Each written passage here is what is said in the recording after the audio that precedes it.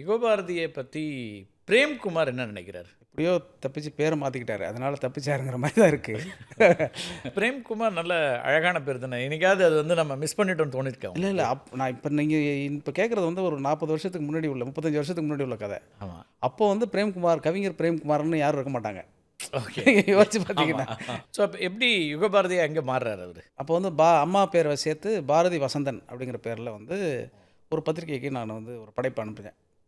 ராணி வார இதழ்னு நினைக்கிறேன். சரி. அப்போ அந்த அந்த அந்த படைப்பு வந்து பிரசுரமாயிடுச்சு. பிரசுரமாகி பத்திரிக்கையில் வந்துருச்சு.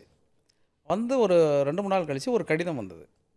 உடனே பிரித்து படித்தா அதில் வந்து நான் வந்து யுகபாரதி இது பாரதி வசந்தன் என்கிற பெயரில் பல ஆண்டுகளாக படைப்புகள் எழுதி வர்றேன். என்னுடைய பெயரை வந்து இப்படி பிரித்து சுரண்டி நீங்கள் எழுதுவது என்பது இது வந்து மிகப்பெரிய குற்றம். அதனால் உங்கள் பெயரை உடனடியாக நீங்கள் மாற்றிக்கணும், உங்களுடைய இதை வந்து நீங்கள் உடனே வாபஸ் பெற்றுக்கணும்னு வந்துச்சு. எனக்கு அப்போ தான் தெரியும். அப்படி ஒரு பாராட்டு கடிதத்துக்கு போல எச்சரிக்கை கடிதம் மாதிரி வந்தோடனே எனக்கு ஒரு பதட்டம் ஆகிடுச்சு. என்ன பண்ணுறதுனே தெரில. அப்புறம் அம்மாட்ட போய் என்னம்மா இந்த மாதிரி வந்திருக்கு அப்படின்னா, ஏன்னா அவங்க தான் வந்து என்னோடய எழுத்து பிழைகள் எல்லாம் திருத்துவாங்க. ஏன்னா அப்போ நான் ஆங்கில வழி பள்ளியில் படிச்சுட்டு இருந்தேன். ரொம்ப எழுத்து பிழையற்று எழுதுறதுக்கான பயிற்சியெல்லாம் அப்போ கிடையாது எனக்கு.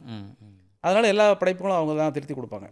அந்த திருத்தி கொடுக்குறது வந்து என்னோடய 21 வயசு வரைக்கும் திருத்தி கொடுத்ததுனால நான் காதல் கடிதமே எழுத முடியாமல் போச்சு. ஏன்னா இந்த சோகம் வேறு இருக்குது எனக்கு. ஏன்னா அவங்க தான் திருத்தி கொடுக்கணும். சரி. இப்போ என்ன சொன்னாங்கன்னா, நீ பாரதின்னு வச்சுக்கோ, வசந்திங்கிறத விட்டுரு, வேறு உங்களுக்கு பிடிக்கும் அப்படிங்கிறதுனால நீ வந்து வேறு அதோட சேர்த்து எழுதணுன்னு. இப்போ பாரதின்னு வச்சுருக்காங்களா பேர், இந்த எல்லா பேரும் நான் எழுதுனது தான். நிலா பாரதி, கவி பாரதி, ரவி பாரதி, என்னென்னமோ எழுதி அதில் யுகபாரதின்னு ஒன்று எதேச்சியாக வந்துருச்சு. ஓ. அப்புறம் ஒன்று எல்லாம் பார்த்துட்டு எல்லாமே கேட்ட மாதிரி இருக்குடா, அந்த யுகபாரதிங்கிறது கேட்ட மாதிரி இல்லை, அதனால் இதை நீ வச்சுக்கோ அப்படின்னாங்க.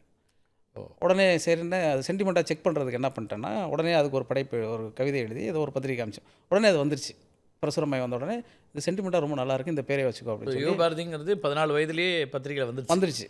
அப்படியே வந்து கண்டினியூஸாக எழுதிட்டே இருந்தேன் நான். அப்படியே வந்து நிலை பெற்று வந்துகிட்டே இருக்கும் பொழுது திடீர்னு வந்து அப்பா வந்து ஒரு நாள், அவங்க வந்து ஒரு இடதுசாரி இயக்கத்தில் ரொம்ப தீவிரமாக அந்த காலத்தில் இருந்தாங்க. அவங்க உடனே ரொம்ப நல்லா இருக்குடா அந்த பேர் அப்படின்னாங்க. என்ன எப்படி சொல்கிறீங்க அப்படின்னோடனே, இல்லை ஆகாயம் என்று எழுந்தது பாரு யுக புரட்சின்னு சொல்லிட்டு ரஷ்யாவை பற்றி பாரதி எழுதின கவிதையில் யுகம் அப்படிங்கிற சொல் இருக்குது.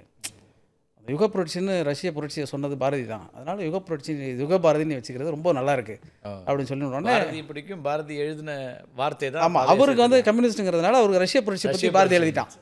அதனால் வச்சுருந்த உடனே அப்பா அம்மா 2 பேரும் சேர்ந்து அப்படியே அந்த பேர் வச்சுட்டாங்க. அதுக்கப்புறம் நிலை பெற்றுச்சு அப்படியே.